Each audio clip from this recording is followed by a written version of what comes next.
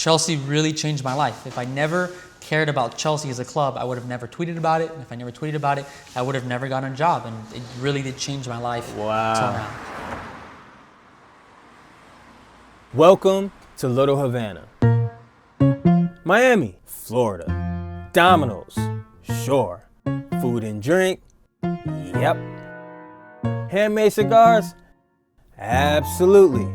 I'm your host, Mel D Cole, and on today's episode of The Bridge, we're gonna go talk to Homar about his Cuban heritage, Little Havana, and his big-time Chelsea fandom. Let's go. Homar, tell us a little bit about yourself. First off, thanks for having me. My name is Homar Hernandez again. I have a silent H in front of my name, which is a very Cuban thing to do. I grew up here in specifically the Miami Lakes area. My dad's a Cuban, born huge into baseball, and from a young age he said, you know what, I want you to play baseball. I had dreams of playing Major League Baseball, but you know what, we're gonna try to make that happen for you. But over the years of playing, I just got tired of it, and I tried to find a new escape, and soccer kind of became my escape. Miami, of course, most people being 70% Hispanic, usually go towards the Spanish teams like Barcelona and Real Madrid. You know, I wanted to be different. I wanted to rebel from the status quo, and I found Chelsea, and I picked the right time because it was around 2010 when Carlo Ancelotti won the Premier League with Chelsea, and from there it just took off. Who's your favorite players? Let's start with pass. The past, I would say definitely Didier Drogba. I know that's an easy answer, but one of the best things you want from a striker is being able to perform in the biggest moments. And there's a reason why Wembley Stadium is owned by Didier Drogba. Tell us about Miami, and if you can be specific, tell us about Little Havana.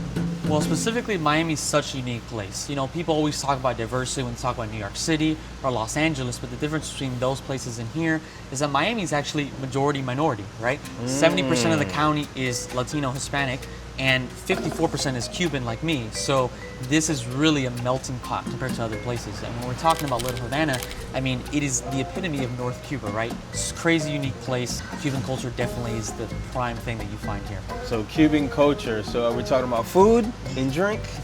We're talking about everything. We're talking about food, we're talking about drink, salsa music, I mean, you name it. Right. This place has it, flamboyant as could be, crazy as could be, we have it all. Let's try it out. Let's try it out. Cheers. Cheers. All right, I'm drinking coffee for the first time in forever. Ooh, how you like that? That is some strong stuff right there.